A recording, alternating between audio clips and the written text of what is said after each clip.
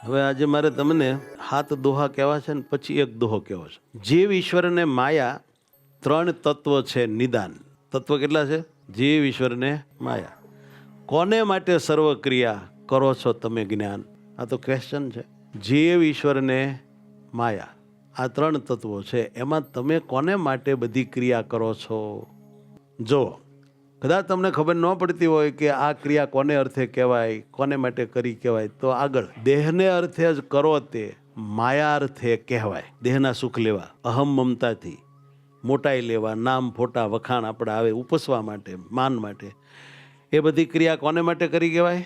માયા માટે. પોતા માટે નહીં, પોતાના પ્રભુ માટે નહીં. હવે જ્ઞાન મોક્ષાર્થે કરો તે નિજ જીવાર્થે ગણાય. હવે તમે મોક્ષને માટે જે કાંઈ ક્રિયા કરો તે તમે તમારા આત્મા માટે ક્રિયા કરી ગણાય. કેટલું દેહને માટે થાય છે ને કેટલું જીવ માટે થાય છે એ મારે ને તમારે વિચારવાનું રહ્યું.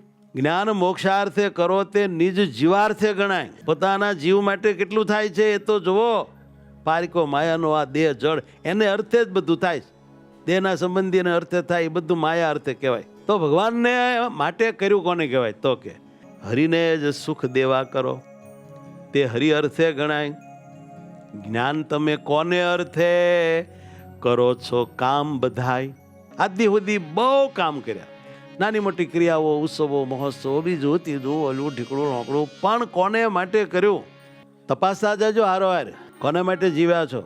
માયા માટે, પોતાના આત્માના કલ્યાણ માટે, કે પરમાત્માના આનંદ ખાતર જીવ્યા છો? હવે જો આગળ દેહના સુખાર્થે કરો તે જ્ઞાન આસક્તિ ગણાય. નિજ મોક્ષાર્થે કરો તે સ્વજીવાર્થે કહેવાય.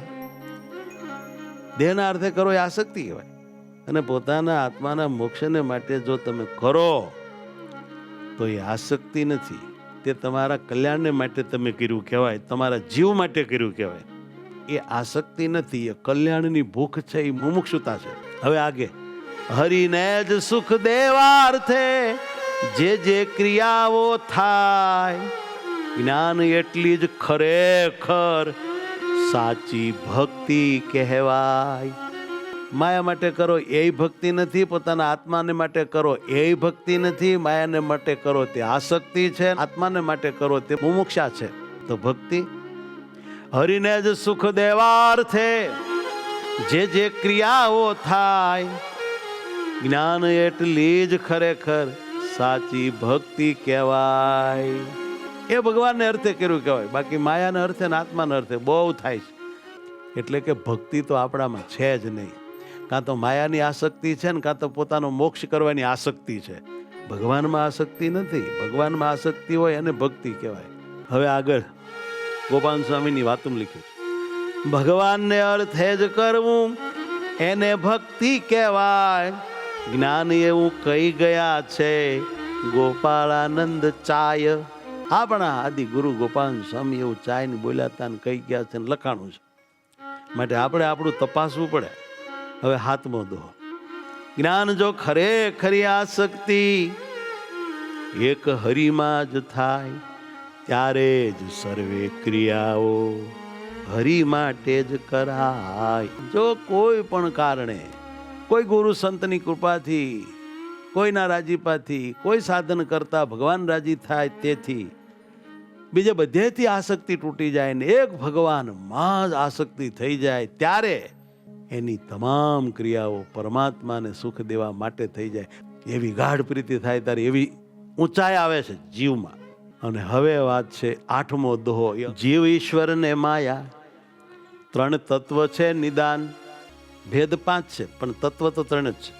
તેમાં ક્રિયા કોણ કરે છે? અજા, હરિ કે ચિદ જ્ઞાન? આ પ્રશ્ન પૂછો. અજા કરે છે, હરિ ક્રિયા કરે છે કે ચિદ આત્મા? કરતા કોણ છે? આ 3 તત્વોમાં કરતા કોણ છે? દેહ કરતા હોય તો માયા કરતા ગણાય. કેમ? જે દેહ છે એ માયા છે. જીવ કરતા ગણીએ તો જીવ સાકાર હોવો જોઈએ, પણ જીવને આકાર છે નહીં, માટે એને કરતા કેવો એ વાત મનાય એવી નથી.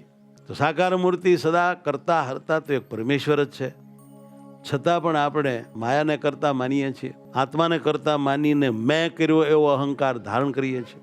તો સાકાર મૂર્તિ પુરુષોત્તમ નારાયણ સૌમાં રહ્યા છે, કરતા હરતા એ એક જ છે ને એ જ આપણે બધામાં સ્વીકારવા પડે ત્યારે ભગવાનમાં અખંડ વૃત્તિ રહે.